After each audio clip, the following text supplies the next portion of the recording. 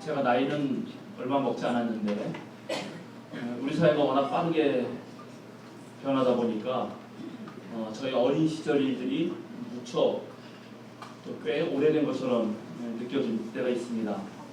제가 어릴 때는 전기가 자주 나갔습니다. 비가 많이 오거나 천둥번개가 치는 날에는 이상하게 동네 전체가 전기가 나가곤 했습니다.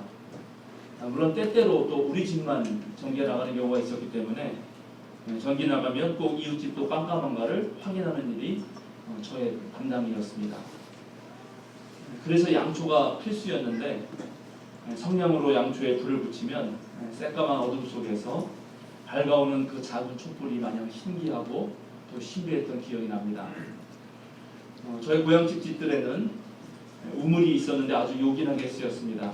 한여름에는 냉장고 역할을 해서 그 안에다가 김치통 또는 수박 담가두기도 했고, 그리고 이제 밥을 할 때면 언제나 두레밥으로 물을 길어서 밥을 만들었습니다. 그러다가 펌프가 생겼는데요. 마중물을 넣고 펌프질을 하면 한 4, 5m 깊은 그 우물 속에 있던 물이 팔팔 쏟아져 나왔습니다. 더운 여름에는 또 그 펌프 밑에서 등목을 하면 정말 시원하고 좋았습니다. 그러다가 또 세월이 흘러서 수도가 들어왔습니다. 상수도는 아니었고 땅을 파서 모터로 지하수 물을 끌어오는 것이었습니다. 우리 집 앞마당에서 수도꼭지를 탁 틀었을 때 물이 나오는 게 얼마나 신기했는지 모릅니다. 저희 집은 1995년도까지도 아궁이에 불을 떼서 밥을 지어 먹는 구들을 놓은 그런 전통 방식의 온돌집이었습니다. 저녁에 밥 짓느라 데워진 구들이 이제 새벽이 되면 식어버리고 또 숭숭 뚫린 문틈으로 외풍이라도 들어오면 찬바람에 잠을 깹니다. 그래서 이제 몸을 웅크리고 잠을 청하고 있죠. 아마 그 시간이 대체로 새벽 4시에서 5시 정도가 됐던 것으로 기억합니다. 그러면 할머니나 아버지가 일어나셔서 다시 부엌으로 가서 아궁이에 불을 지피죠. 군불입니다. 군불을 떼면 또 다시 온돌이 따뜻해지니까 스르르 잠이 오곤 했습니다. 당시에는 LPG 가스가 없어서 주로 연탄이나 석유 골로가 있었습니다. 그것을 가지고 라면을 끓인다든지 빈대떡을 해먹는다든지 했죠. 역시 성냥으로 불을 켜서 골로 이렇게 들쳐가지고 심지에 불을 붙이면 그때 살짝 매캐한 석유 냄새가 났는데 그런 냄새가 이렇게 아직도 기억이 납니다. 추수가 끝나고 이제 한겨울을 나려면은 뒷동산에 가서 어머니와 아버지는 떨어진 낙엽들을 긁어모아야 했습니다. 다행히 소나무하고 그다음에 그 우리 도토리 상수나무가 많아서 그것을 적당히 섞어서 잘 모으면은 그것으로 겨울에 불을 뺄 수 있는 것을 주로 했습니다. 간혹 죽은 나무라도 있으면 또 베어서 이제 장작으로 했던 기억이 생생하고, 안방 한편에는 화로가 있었습니다. 그 거무지티한 재 속에서 빨갛게 빛나던 숯불이 눈에 선합니다. 가끔씩 밤이라도 주워서 구워 먹거나 또 고구마가 정말 제맛이죠. 고구마는 또 한쪽 곁에 왕겨를 이렇게 수수대로 만든 둥금이라고 그러나 거기에다가 왕겨를 넣고 고구마를 보관하고 있다가 그것을 꺼내서 구워 먹으면 정말 행복했습니다. 어머니는 바로 집 앞에서 텃밭을 좀 일구셨는데 온갖 채소를 갖고 와서 밤늦도록 다듬은 다음에 새벽 이제 4, 5시에 되면 일어나셔가지고 리어카에 싣고 금촌이라고 하는 장으로 내다 팔러 나가십니다. 매일 3km도 넘는 그 길을 리어카를 끌고 가셨기 때문에 그것이 무척 힘들었던 어머니는 어느 날 작심을 하시고 자전거를 배우셨습니다. 저도 덕분에 6학년 때 자전거를 배우게 됐는데요. 그리고 우리 집에는 큰 짐자전거 있죠. 여자들은 잘 타기 어려운. 저도 거기 올라가면 발이 안 닿아가지고 그 기술을 이용한 집사님 할 것 같기도 하고 발을 옆으로 껴가지고 타는 거 아나요? 아시는 분은 웃으시는 거고 지금. 그렇게 저도 그 짐자전거를 타고 다녔던 기억이 납니다. 핸드폰 하나로 세상의 모든 소식과 지식 정보를 접하는 오늘을 살아가며 가끔씩 떠오르는 제 어릴 적 모습은 마치 이상한 나라의 앨리스가 살던 그런 전혀 다른 세상처럼 느껴질 때가 있습니다. 그만큼 우리나라는 짧은 시간 내에 그 급격한 변화를 겪었고 실제로 전쟁의 폐허 속에서 한강의 기적을 일궈냈습니다. 물론 저마다 삶이 다르겠지만 저 같은 사람의 그런 삶의 여정만 보아도 우리나라는 분명 매우 발전했고 잘 살게 되었습니다. 그런데 지금 한류의 바람이 정말 전 세계를 휩쓸고 있고 눈부신 경제 발전의 한 모델이었던 그런 우리나라 사람들에게 지금 삶이 어떠신가요라고 물으면은 어떤 대답이 나올까요? 어떻게 여러분 행복하십니까? 분명 예전보다는 나아졌는데 왜 우리 삶은 여전히 팍팍하다고 느껴지는 것일까요? 뉴스를 보고 있으면 마음이 불편해질 때가 참 많습니다. 최근에 뉴스를 몇 개 봤더니 등산하다가 살짝 어깨를 부딪힌 일로 30대 남성이 70대 어르신과 티격태격 하다가 칼부림까지 하는 일이 있었고 경제적으로는 크게 문제 없을 것으로 보이는 한의사 부부가 자폐증을 앓고 있는 아들을 필리핀에 버리고 오는 일도 있었고 유명 유튜버가 무슨 잘못했는지는 잘 모르겠지만 그 사람을 엘리베이터에서 수갑을 채우고 습격을 해서 패는 사건이 있었고요. 또 초등학생들 사이에서 비일비재하게 일어나는 집단 폭행 소식이라든가 남자 연예인들의 카톡방에서 오가는 그 음담 패설을 듣고 있노라면 과연 우리가 읽어온 문명이라는 것이 무엇인가 다시 되돌아보게 됩니다. 오늘 여러분과 제가 함께 읽은 창세기 본문 말씀은 이제 농경 문화로부터 도시 문명이 발생하는 그런 과정을 그리고 있습니다. 가인은 도시를 세우고 자기 아들의 이름을 따서 에녹이라고 부릅니다.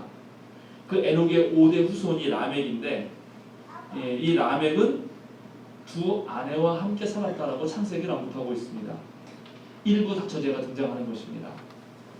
보통 한 명의 사람과 또 한 명의 배우자가 가정을 이루는 일부 일처제라고 불리는 것이 가장 일반적인 결혼의 형태인데 한 명의 남자가 여러 명의 아내를 갖는 경우는 지배계급과 피지배계급으로 권력이 분화된다는 것을 알려주고 있습니다. 불평등이 발생한 것입니다. 창세기는 라멕의 아들들을 언급하면서 이제 가벼운 목축 또는 유목민이 아니라 대규모 농장의 목축업이 발달하는 과정, 또 국가의 제의들을 치르기 위해서 음악을 만들고 청동고 문명에서 철기 문명으로 이어지는 과정들을 차분히 그려냅니다. 그런데 이런 문명 발달 과정을 창세기는 매우 부정적인 시각으로 바라보고 있습니다. 우선 도시를 세운 자가 셋, 아벨 죽고 나서 또 아담 하와에게 주었던 아들 셋의 후손이 아니라 바로 형제살인의 주인공이었던 가인이라는 것부터가 그러합니다. 인간들이 하나님과 점점 멀어지면서 자신들만의 문명을 만든 것으로 묘사하는데 그 최종 결과가 어떠했는지는 라멕의 노래에서 절정에 이릅니다. 라멕은 자신을 다치게 한 이유로 사람을 죽인 일을 자랑하고 있습니다. 하나님 없이 스스로 일군 문명은 겉으로는 화려해 볼지 모르지만 실제로는 대량 살상과 같은 끊임없는 폭력의 악순환을 불러왔다는 그런 성찰이 오늘 창세기 본문에 있습니다. 최근에 이란과 미국의 불화로 국제뉴스를 잘 보고 있습니다. 한때 미국은 인류의 신문명을 이끌어온 나라로 전 세계 사람들의 부러움을 샀던 때가 있었습니다. 그런데 지금 미국은 갈수록 도덕성을 잃어가고 있습니다. 이웃나라의 정복을 통해서 자신의 배를 불렸던 그런 로마 제국처럼 지금 미국은 끊임없이 외부의 적을 만들어 공격하는 곳으로서 자신의 문제를 해결하려는 매우 어리석은 행보를 보이고 있습니다. 우선 트럼프를 대통령으로 뽑았다는 것 자체가 미국 민주주의가 얼마나 쇠락하고 있는가를 잘 보여주는 것인데 이번에 탄핵 위기에 몰린 트럼프는 이란 군부의 실질적 지도자이고 매년 대통령 후보로까지 거론되는 솔레이마니를 이라크에서 초청했을 때 그 이라크에서 암살했습니다. 자신의 여론을 돌려버린 거죠. 지금 트럼프 대통령 탄핵 이야기는 싹 사라져버렸습니다. 또 이에 맞서 이란 혁명 수비대는 이제 솔레이마니가 사망한 새벽 1시 20분이라는 시각에 맞춰서 이라크에 있는 미군 기지 2곳을 반격했고 보복 공격을 했습니다. 이런 이란의 반격을 두고 이슬람 경전의 꾸란의 형벌 원칙 키사스라는 것이 기자들 사이에서 언급되고 있습니다. 키사스는 눈에는 눈, 이에는 이라는 구절로 부족하지도 않고 지나치지도 않게 공격당한 만큼만 정확히 되돌려 복수한다고 하는 동태복수법을 뜻합니다. 트럼프 대통령이 이란을 두고 뭐라 그랬냐면 불균형적으로 대응하겠다. 이건 무슨 말이냐면 너희가 나를 한 대 때리면 나는 너희를 한 10대쯤 때려주겠다. 이렇게 말을 했는데 그렇게 큰 보복으로 되갚겠다 이렇게 말을 한 것에 대해서 이란은 당한 것만큼만 갚겠다라고 하는 종교적 원칙을 내세운 것입니다. 오늘 우리가 읽은 마태복음서에서도 나오는 이 동태복수법은 원래 피해를 당한 자가 지나치게 복수를 함으로써 갈수록 폭력의 강도가 강해지는 것을 막으려는 의도에서 비롯된 것입니다. 동태복수법 자체가 사소한 분쟁으로 시작됐던 것이 너무나 큰 전쟁으로 이어지고야만은, 그래서 많은 사람들을 고통에 빠뜨리고 또 죽음에 이르게 하는 그런 숱한 경험 속에서 생긴 법입니다. 그런데 예수님은 이 동태복수법의 진위는 또 다른 문제를 알고 계셨고 오늘 말씀에서 절대로 안가품하지 말라고 말씀하십니다.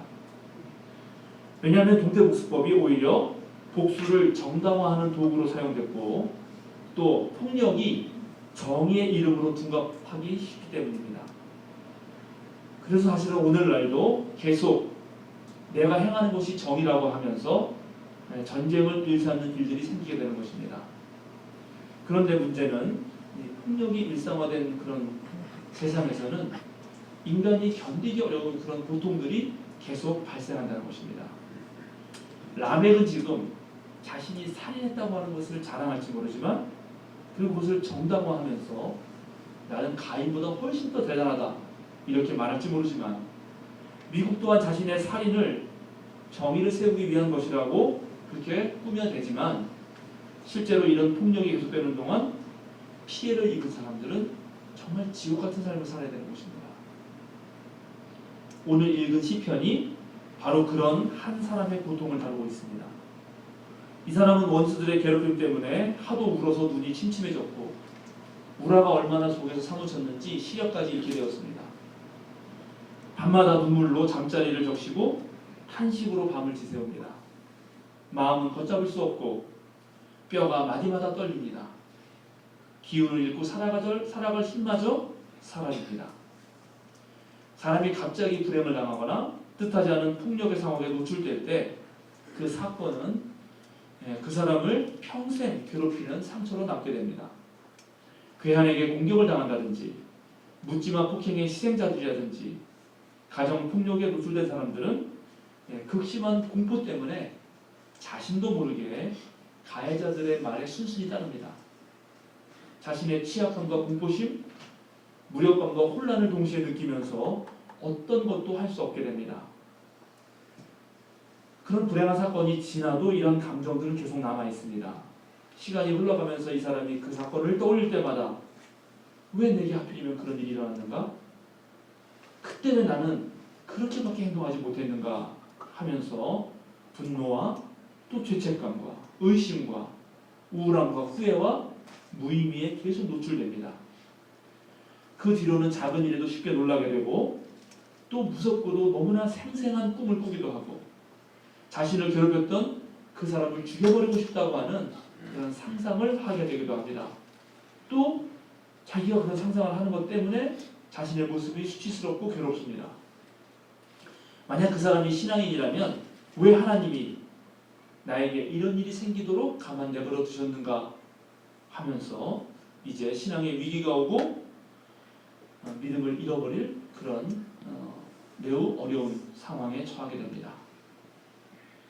그동안 믿었던 세상과 나 자신에 대한 확신은 사라져버리고 내가 너무나 순진하게 살았구나.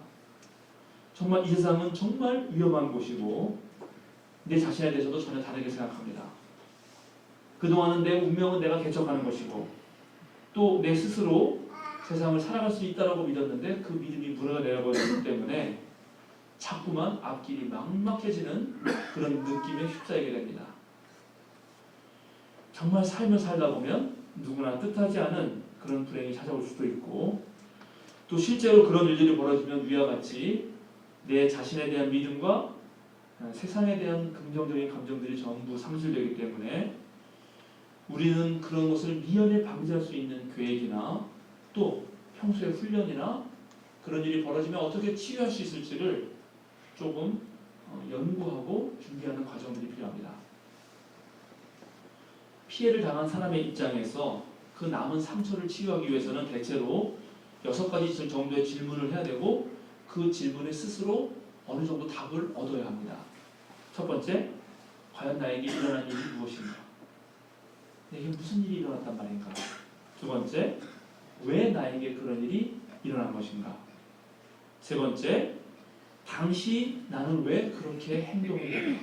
왜 그렇게 행동할 수밖에 없었는가? 네 번째, 그 사건 이후로 나는 왜 또 이렇게 행동하고 있는가? 다섯 번째, 만약에 그런 일이 또 나에게 일어난다면 나는 어떻게 대처할 것인가?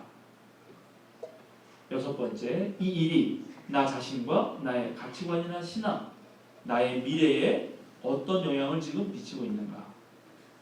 피해자는 이런 문제들에 스스로 답하면서 또 한편으로는 주변 사람들에게 사회적 공감을 얻기 위해서 노력합니다. 그리고 실제로 위로를 받으면 정말 그런 어려움들이 조금씩 나아지면서 치유가 됩니다.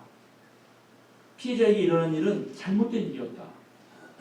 원래 너에게는 일어나서는 안 될 일이었고 그것은 불공정하고 정당치 않은 일이라는 것을 피해자는 확인할 수 있어야 합니다.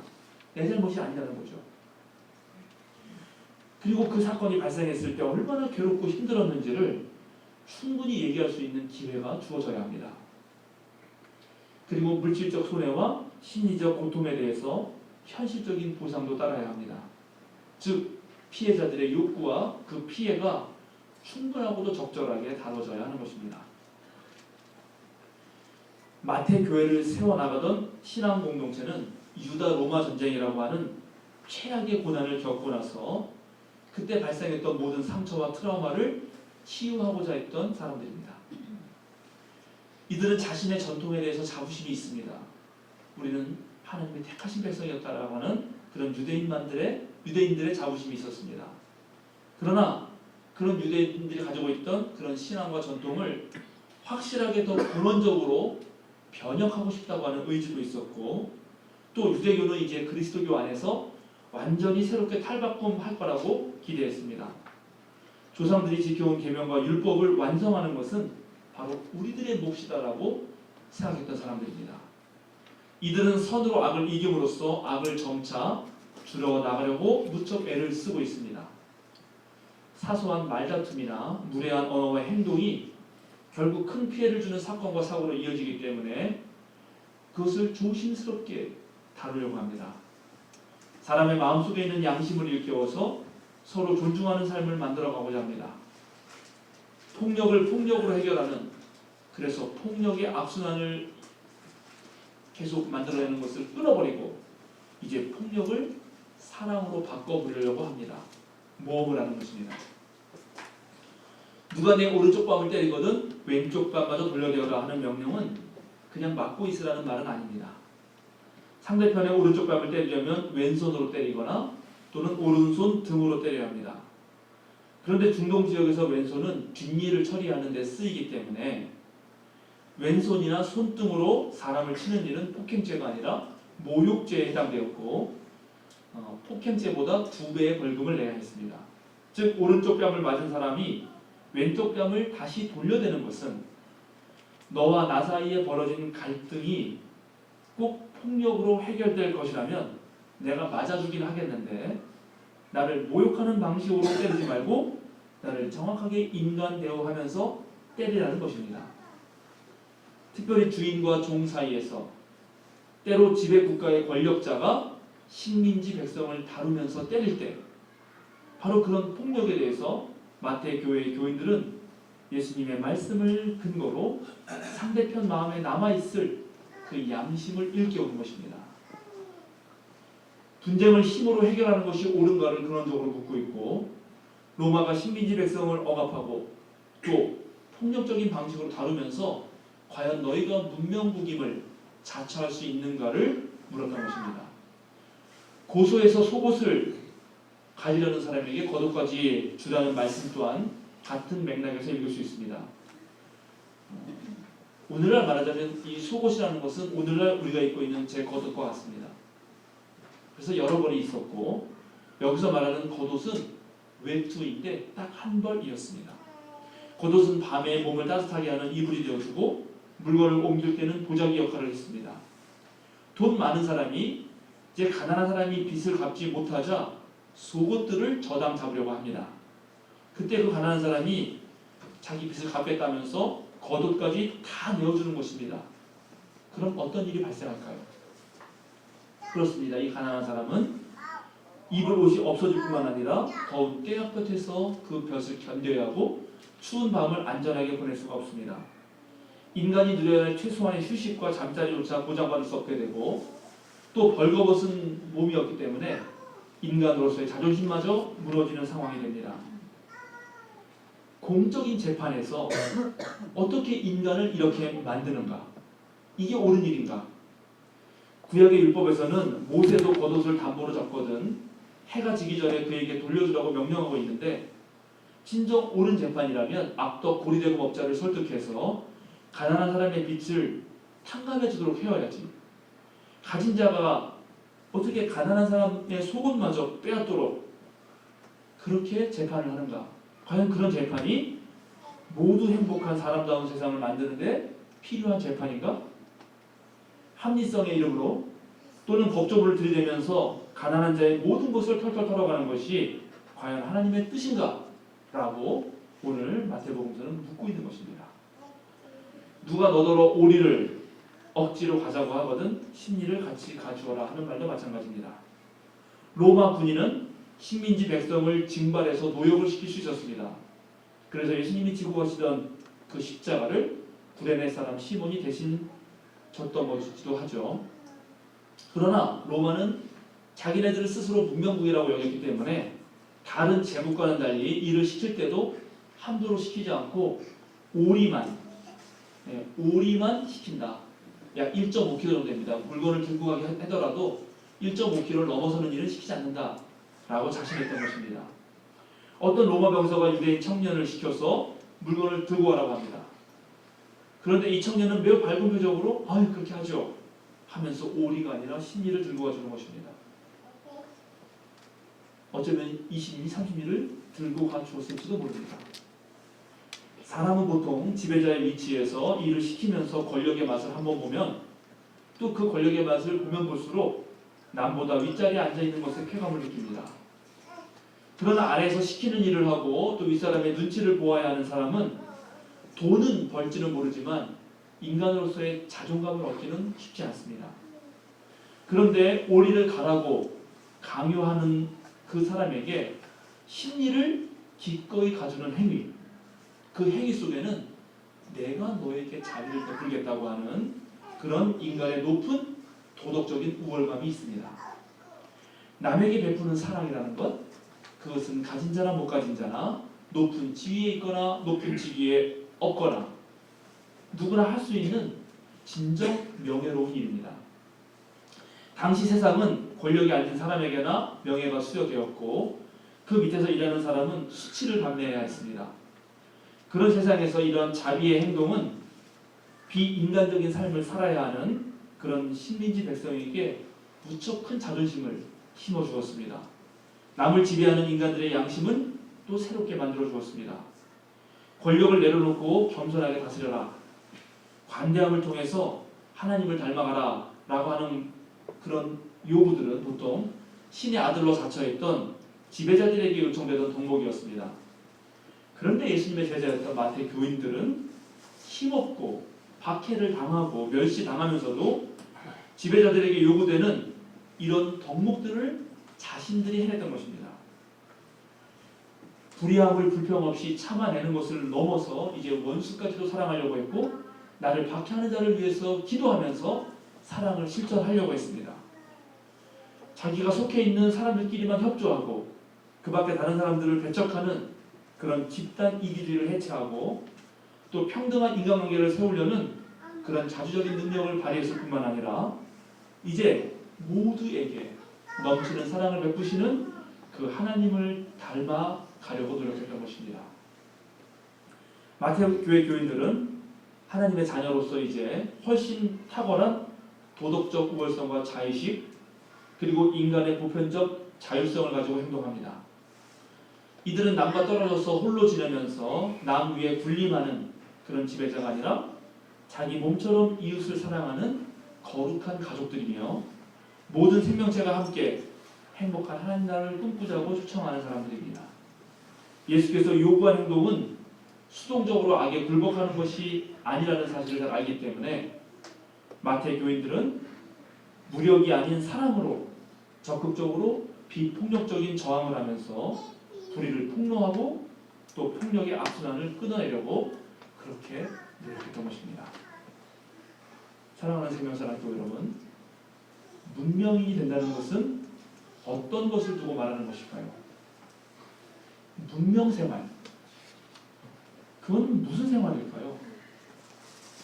지금 세상이 참다운 문명을 하는지 잘 모르겠습니다. 우리가 이제 이 세상의 소금과 빛으로 썩어가는 세상을 새롭게 하고 어두운 세상을 비춰야 합니다. 예수님은 8종류의 행복한 사람, 참 문명을 만들어가는 사람을 말씀하셨습니다. 저는 저와 여러분이 바로 그런 사람이 되길 바랍니다. 팔복의 말씀을 제가 오늘 시대에 맞게 해석한 버전으로 읽어드리고 제 설교를 마칠까 합니다. 행복하여라 마음이 가난한 사람. 영적으로 늘 하나님을 찾는 그 사람은 하늘나라를 차지할 것이다. 행복하여라 슬퍼하는 사람. 죄악으로 가득한 세상을 보면서 가슴 아파하는 사람은 하나님께서 위로를 해주실 것이다. 행복하여라 온유한 사람. 하나님 앞에서 겸손한 그 사람에게 하나님은 그 사람이 활약할 자리를 마련해 주실 것이다. 행복하여라 의에 줄이고 목마른 사람. 인류를 구원하시려는 하나님의 원대한 계획에 참여하여 애쓰는 사람은 풍성한 삶의 의미를 누릴 것이다.